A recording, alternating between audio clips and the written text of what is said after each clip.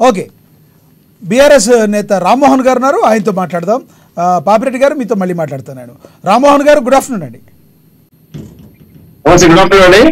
రామ్మోహన్ గారు ఏంటండి, ఇంకా 6 రోజులు ఎలక్షన్లు లేవు, మరి బీఆర్ఎస్ పార్టీ 3వ స్థానానికి పరిమితమైందని మన పాపిరెడ్డి గారే కాకుండా కొంతమంది రాజకీయ విశ్లేషకులు చెప్తున్నారు. నిజంగా బీఆర్ఎస్ 3వ స్థానానికి పరిమితమైందా? అసలు ఎన్ని సీట్లు గెలవబోతుందని మీరు అనుకుంటున్నారు? ఖచ్చితంగా బీఆర్ఎస్ పార్టీ గడిచిన 10 సంవత్సరాల్లో కేసీఆర్ గారు ఎవరన్నా కాదని అభివృద్ధి చేసిన వాస్తవం. అంతకుముందు మెడికల్ కళాశాల నుంచి ఈ రోజు 34 మెడికల్ కళాశాలలు కేసీఆర్ గారి నాయకత్వం ఏర్పాటు చేయడం జరిగింది. ఈ వాస్తవం కాదా? రాజకీయ విశ్లేషకులు పెద్దలు అదే చెప్తారు, కేసీఆర్ గారు పనిచేయలేదు, పాపం ఉన్నారని చెప్తా ఉన్నారు. సార్ అందుబాటులో కొన్ని రోజులు కొన్ని సమయం బట్టి ఎవరికి కొంతమంది కలగలేకపోవచ్చు, అంతేగాని కేసీఆర్ గారు అందుబాటులో లేదనే అవాస్తవం.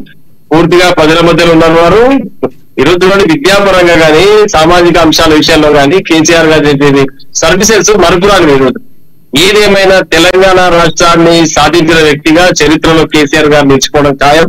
మీరు ఒకసారి ఆలోచన చేయండి, గురుకులాల పేరు పైన నాణ్యతమైన విద్యను బడుగు బలహీన వర్గాలకు అందించిన వ్యక్తి కేసీఆర్ గారు. గడిచిన 7 దశాబ్దాలుగా కాంగ్రెస్ పార్టీ అధికారంలో తర్వాత ఎస్సీ ఎస్టీ గురుకులాలు ఎట్లా ఉన్నాయి, హాస్టల్స్ ఏ విధంగా మనం గమనించవచ్చు. సాంఘిక సంక్షేమం కానీ, వెనుకబడ్డ తరగతులు కానీ, షెడ్యూల్ కులాలు కానీ, వీటన్నిటి కూడా పిల్లలకు ఎప్పుడైతే విద్యాబుద్ధులు నేర్స్తేనే భవిష్యత్తు బాగుంటుందనే లక్ష్యంతో మైనార్టీస్ కానీ బీసీ ఎస్సీ ఎస్టీ పిల్లలకు నాణ్యమైన విద్య అందించాలని పెద్ద ఎత్తున రాష్ట్రంలో గురుకులాలు ఏర్పాటు చేసి పిల్లలకు నాణ్యమైన విద్య అందించి నాణ్యమైన పోషక పదార్థాలు భోజనంగా పెట్టి విద్యార్థులను తీర్చిదిద్దడం జరిగింది. ఎక్కడో చిన్న 1.20% లో ఓటు షేర్ మార్పు జరిగి ఈ రోజు కాంగ్రెస్ పార్టీ అధికారంలోకి వచ్చిన మాత్రాన బీఆర్ఎస్ పార్టీ ఎక్కడ వెనుకబడలేదు, ప్రజల చేత నిరాకరించబడలేదు. ఇది మనం దృష్టిలో పెట్టుకోవాలి, గమనంలోకి తీసుకోవాలి. ఈ రోజు గ్రామీణ స్థాయిలో పరిస్థితులు చూసినట్టయితే కాంగ్రెస్ పార్టీ అలివిగాని హామీలు ఇచ్చి అధికారంలో రావడం జరిగింది రేవంత్ రెడ్డి గారు. ఈ రోజు ఒక్క హామీ కూడా ఫుల్ఫిల్ చేయలేకపోతున్నారు. మరి ఇది ప్రజలందరూ గమనిస్తా ఉన్నారు. కరెంటు లేదు, నీళ్లు లేవు, రైతు బంధు లేదు, రైతు బీమా లేదు, కళ్యాణ లక్ష్మి లేదు, బంగారం లేదు, 2500 లేదు, నిరుద్యోగ వృత్తి లేదు. ఎక్కడ సక్సెస్ అయ్యారు కాంగ్రెస్ పార్టీ? ఒక question please. Me Congress party అధికారంలోకి వచ్చి 5 నెలలు అయింది, అలవికాని హామీలు ఇచ్చి వచ్చింది అంటున్నారు. ఇంకా మేము చేస్తాము, ఎటువంటి పరిస్థితులు ఇచ్చిన హామీలు ఇప్పుడు వరకు మేము 4-5 గ్యారంటీ అమలు చేస్తాము, ఇంకొక గ్యారంటీ కూడా కంపల్సరీ అమలు చేస్తామని చెప్తున్నారు.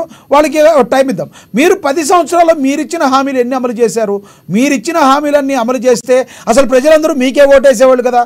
దళిత బంధు మీరు అందరికీ కరెక్ట్గా ఇవ్వగలిగారా? ఒక నిమిషం వినండి. మేము చెప్పింది వీళ్ళు పెంచిన తప్పితే కొత్త హామీలు ఏమి ఇచ్చిరండి? రైతు బంధు 15,000 చేస్తామన్నారు, పెన్షన్ 2,000 చేస్తామన్నారు, కళ్యాణ లక్ష్మికి 1 తులం బంగారం యాడ్ చేశారు. కొత్త పథకాలు ఏం లేవు ఇక్కడ. కేసీఆర్ గారు అన్ని సంక్షేమ పథకాలు పూర్తి స్థాయిలో బడుగు బలైన వర్గాలకు అందాలని చెప్పి ప్రవేశపెట్టడం జరిగింది. వాటిని వీళ్ళు కొంచెం పెంచేయాలి తప్పితే దాని నుంచి పెద్దగా కొత్త సంక్షేమ పథకం తీసుకొచ్చి ప్రజలకు లబ్ధి చేకూర్చే పథకాలు కేవలం పెట్టిందని పెంచడం జరిగింది. దళిత బంధు అందరికి ఎందుకు ఇవ్వలేదు? డబుల్ బెడ్రూమ్ అందరికీ ఒకటేసారి ఇవ్వడం వీలు కాదు కదండి. వినండి, ఏ పథకం పెట్టినా గానీ లబ్ధిదారులు ప్రతిరోజు పెరుగుతూనే ఉంటారు, తగ్గే విషయం కాదు కదా.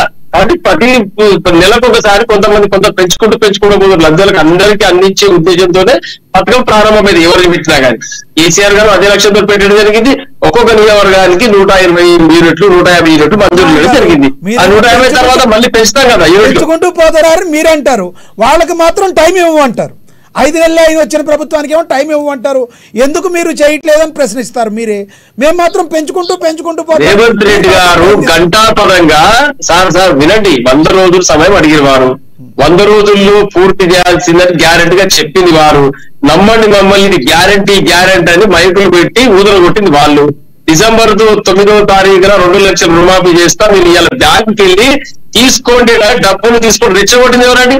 ఒక బాధ్యతాయుతమైన కాంగ్రెస్ రాష్ట్ర పార్టీ అధ్యక్షుడిగా ఉండి ఎన్నికలకు పోకుంటూ నేనే ముఖ్యమంత్రి అభ్యర్థిని అయితే 9వ తారీఖు నాడు రుణం మొత్తం మాఫీ చేస్తా, బ్యాంకు పోయి డబ్బులు తీసుకోవాలని అని రెచ్చగొట్టింది రేవంత్ రెడ్డి గారు కదా. మరి ఇంతకాల సమయం వారు చెప్పింది కదా, డిసెంబర్ 9 అని 1,00,000 సార్లు చెప్పిన వారు. మరి చెప్పిన దానికి స్టికార్ అయి ఉండాలి కదా. 100 రోజుల్లో పూర్తి చేస్తామన్నారు. మరి 100 రోజులు అయిపోయింది కదా అంటున్నాం. 100 రోజులకు ఎప్పుడు అడగలేదు రేవంత్ రెడ్డి గారిని, 100 రోజులు ఎక్కడ అడగలేదు. వారు చెప్పింది 100 రోజులు పూర్తి చేస్తామన్నారు. ఈ రోజు ఏమంటున్నారు? ఆగస్టు తర్వాత అన్ని చేస్తామంటారు. ఎందుకు అంటే ఇక్కడ ఇప్పుడు పార్లమెంట్ ఎన్నికలు, రేపు స్థానిక సంస్థల ఎన్నికలు, ఓట్లు అన్ని వేసుకున్న తర్వాత డబ్బులు లేవంటారు. రేవంత్ రెడ్డి గారు మాట్లాడే వీడియో ఒకటి ప్లే చేయండి. మీరు ఏమన్నారు ఆయన? ఎప్పుడైతే కాంగ్రెస్ ప్రభుత్వం చూడండి, ఆచార్య గారు కంప్లీట్ చేయండి. జాతీయ స్థాయిలో కాంగ్రెస్ ప్రభుత్వం అధికారంలోకి వస్తేనే ఈ పథకాలు పూర్తయినా చెప్పినా లేదా వాస్తవంగా రేవంత్ రెడ్డి గారు చెప్పింది. ఎందుకు ప్రజలు మధ్య పెడుతున్నారు అడుగుతున్నాం మేము అంతే. ఓకే ఆచార్య గారు క్వశ్చన్ అడుగుతున్నారు, అడగండి. ఇప్పుడు రామ్మోహన్ అన్న చెప్పిన రామరెడ్డి గారు చెప్పిన ఈ ఎలక్షన్ తర్వాత చేయాల్సింది కాంగ్రెస్ పార్టీ. ఫస్ట్ మీరు తెలుసుకోవాల్సింది, ప్రజలు తెలుసుకోవాల్సింది కూడా. మీరేమో గెలిచినా మీరు పథకాలు అయితే ఇవ్వలేరు, ఎందుకంటే కాంగ్రెస్ పార్టీ అధికారంలో ఉంది. మేము ఇచ్చిన మాట నిలబెట్టుకోకుంటే ప్రజలే మాకు బుద్ధి చెప్తారా, దాన్ని మీరు చెప్పాల్సిన అవసరం లేదు. మీరు మాట్లాడినంత మాత్రాన ప్రజలు మమ్మల్ని నమ్మరనే అతిశయోక్తి అవసరం లేదు. ఎందుకంటే ఈ వచ్చే 5 నెలల్లో మాకు 2 నెలల ముందే ఎలక్షన్ కోడ్, ఎమ్మెల్సీ కోడ్లు అని అవి అన్ని కోడ్లు రుణమాఫీ చేయనికా లేదా ఒక నిమిషం 10 ఏళ్ళకి చెప్పింది మళ్ళీ ఎట్టుందండి. మీరు చెప్పింది మళ్ళీ చెప్తారా? ప్రజలు అల్లిగానే హామీలు ఇచ్చి మోసం చేసిన మీరు కాంగ్రెస్ ప్రభుత్వం కాదా? తెలంగాణ ద్రోహం కాంగ్రెస్ పార్టీ. ఆచార్య గారు మళ్ళీ మాట్లాడతారు. రామ్మోహన్ గారు ప్లీజ్ కంటిన్యూ. రామ్మోహన్ గారు ప్లీజ్ కంటిన్యూ. నేనేం చెప్తున్నా అంటే ఈరోజు వినాడు ఆచార్య గారు వినాడి మీరు చెప్తున్నారు చెప్పలేదు. ఇప్పుడు కాంగ్రెస్ ప్రభుత్వం రేవంత్ రెడ్డి గారు అధికారం రాకముందుకు డిసెంబర్ 9వ తారీఖున రుణమాఫీ చేస్తా మీకు 2 లక్షల రూపాయలు దాన్ని తీసుకొని చెప్పింది రేవంత్ రెడ్డి గారు కదా. ఇది మళ్ళీ అడ్డ మాట్లాడితే మీరు అవకాశం వచ్చాము మాట్లాడు. నాకు అవకాశం వచ్చినప్పుడు మాట్లాడుతున్నా, మీరు మధ్య రాకండి. మధ్య చేయకండి. మీరు డిబేట్ వచ్చిన మైక్ బంద్ చేశారు ఫస్ట్. సభకు వచ్చినావా ఓపిక పట్టు, నేను చెప్తా కదా. మీదే ఉంది జూలెట్. ఇప్పుడు ఎవరు మాట్లాడుతారు అర్థమవుతుంది కదా. నాకు అవకాశం ఇచ్చినప్పుడు నేను మాట్లాడుతాను, మధ్యలో మీరు డిస్టర్బ్ చేస్తున్నాం.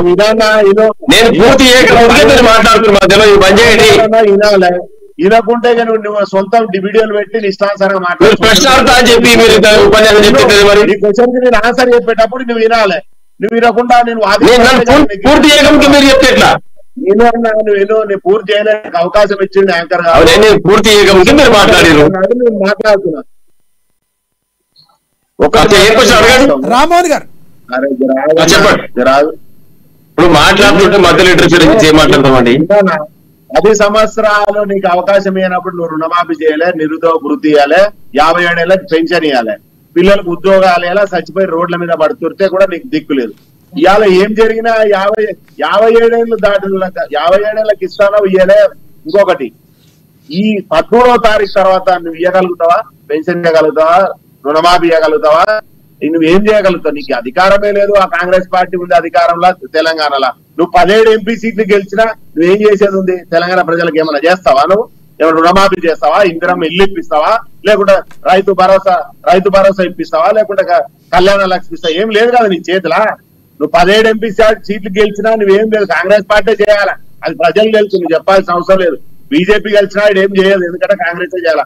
100% మేము చేస్తాం. అలావి కానీ హామీలేం కాదు. మా మిషన్ జస్ట్ 7,500 కోట్ల పథకాలు. వాళ్ళు ఏదో గొప్పగా ఇప్పుడు టీఆర్ఎస్ మీ పార్టీ వాళ్ళు చేసిన కంపెనీ. ఎందుకంటే చెట్లకి, గుట్టలకి, మంత్రులకు 500 ఎకరా 600 ఎకరాలకి రైతు రుణమాఫీ, రైతు బంధు ఇవ్వడం వల్ల రాష్ట్రం తగలబడి 7 లక్షల కోట్లు అయింది. 100% దీన్ని అధిగమించే శక్తి, సామర్థ్యవంతులు కాంగ్రెస్ పార్టీలో ఉండరు. మేమేం చెప్పారా? చెప్పారు. ఓకే ఆచార్య గారు. నందారెడ్డి గారు అమిత్ షా గారు ఈ రోజు రామ్మోహన్ గారు ఒక్క నిమిషం చెప్పండి ప్లీజ్. చెప్పండి. ఇప్పుడు ఆచార్య గారు ఏమంటారు, ఓట్లు వేస్తే మాత్రం మీరు ఏం చేసేది ఉంది అని అడుగుతున్నాడు. ఎట్లయితే 7 దశాబ్దాల పాటు దేశంలో కాంగ్రెస్ పార్టీ తెలంగాణకు అన్యాయం చేసే మెడలు వచ్చి ఎట్లా తెలంగాణ తీసుకొచ్చినామో, ఇప్పుడు కూడా ప్రజలు ఓట్లు వేస్తే మళ్ళా మోసం చేసి గెలిచారు కాబట్టి ఇప్పుడు టీఆర్ఎస్ పార్టీ ఓటేసి ఎంపీలను గెలిపిస్తే మళ్ళా కూడా కాంగ్రెస్ పార్టీ మెడలు వచ్చి రేవంత్ రెడ్డి సంగతి తెచ్చి పథకాలు అమలు విధంగా ప్రయత్నం చేస్తాం. మీరు ఎట్లా అయ్యారు? రేవంత్ రెడ్డి గారు మాట తప్పారు. కాంగ్రెస్ పార్టీ మళ్ళీసారి తెలంగాణ ప్రజలు మోసం చేసింది. అమాయకమైనటువంటి తెలంగాణ ప్రజలు మీ మాటలు కళ్ళబొల్లి మాటలు నమ్మి మీకు ఓటేసి అధికారులు కూర్చోబెడితే మీరు ఇప్పుడు ఏమంటున్నారు? మీరు ఏసీ గెలుస్తామంటున్నారు. మేము గెలిస్తే ఏం చేస్తామంటే ఈ చెప్పిన పథకాలు ముక్కు వెండి మీద వసూలు చేసి తెలంగాణ ప్రజలకు అందిస్తాం. కాబట్టి తెలంగాణ ప్రజలు మా వెంట నమ్మకం, ఇప్పుడు మా వెంట రానికి సిద్ధంగా ఉంది తెలంగాణ ప్రజలు. ఖచ్చితంగా జరుగుతుంది. మీరు కాంగ్రెస్ పార్టీ కళ్ళబొల్లి మాటలు చెప్పి ఈ